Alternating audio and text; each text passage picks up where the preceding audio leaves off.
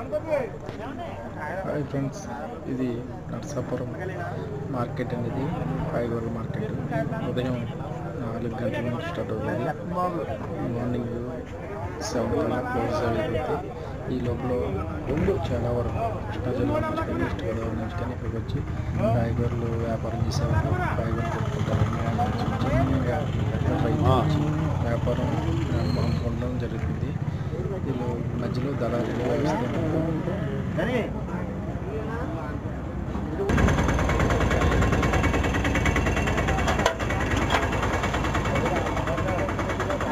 చెప్పు